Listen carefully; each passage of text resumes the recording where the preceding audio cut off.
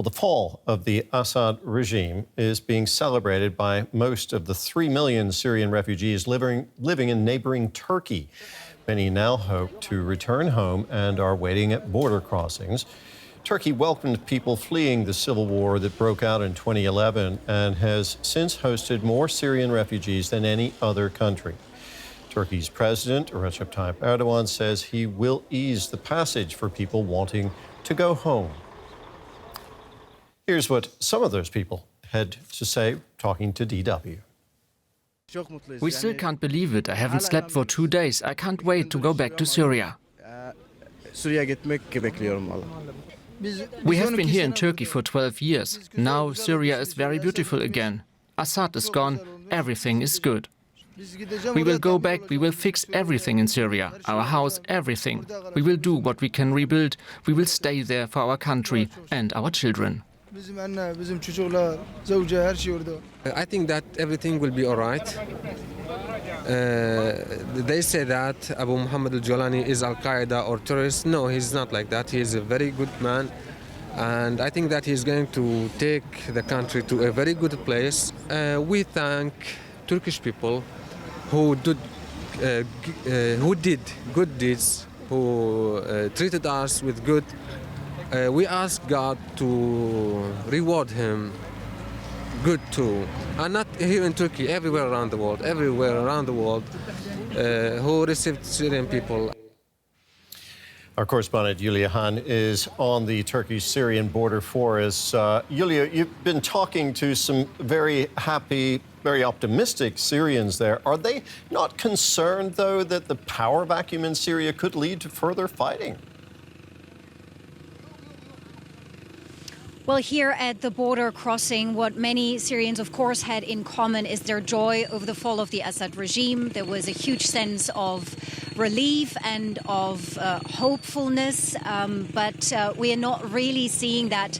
A majority of Syrians here in Turkey, we're talking about some 3 million people, are now rushing to the Turkish border in order to return home. We were here earlier today. I would say we saw a group of 100 to 150 people lining up with their belongings, trying to cross the border and return back home to Syria. The Turkish authorities have not really disclosed any reliable figures. They've just said that they have seen an increase in demand for voluntary returns. President Erdogan has also said he thinks the numbers will go up once the situation in Syria stabilizes. And the Turkish government has also opened a third border crossing here in the area to avoid congestion and to handle the whole bureaucratic process of letting people pass to the other side of the border. But I've also been speaking with Syrian friends who have been for many, many years, of course, here in Turkey, who have built up lives. A lot of people have set up businesses. Some have raised their families here.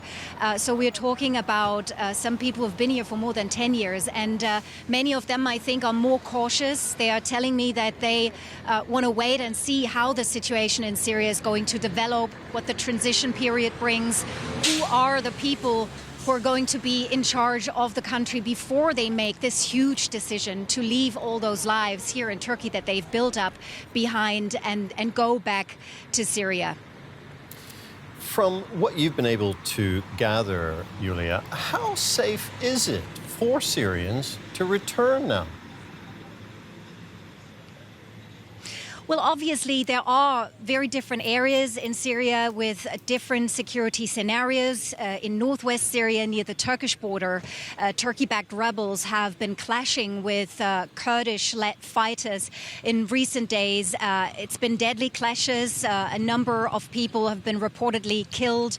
Others have been sent fleeing to other areas for safety. And those clashes are still ongoing, from what we understand, because Turkey has this interest in what I would call a second operation room in this offensive to establish a security corridor. That's how the Turkish government is calling it, along the Turkish border, an area that is free of Kurdish fighters, which they see allied with the outlawed PKK militia, which Ankara considers as terrorists. So that's that area. But from this border crossing, I am, it's about an hour's drive to Syria's second largest city, Aleppo. This is where many Syrian refugees originally came from and where they want to go back to now. And the people in Aleppo that I've been speaking with are telling me that the situation in the city is relatively calm, that people have somewhat of a normal daily life. So they go to markets. There are issues, though, with electricity, with water, with Wi-Fi and internet connectivity and communication. But the people I've met today, for them, they say, you know, everything for us is safer than the Assad regime. Well, presumably, there are some Syrians living in Turkey who may wish to stay there. You describe families who've set up businesses, they've created their lives there.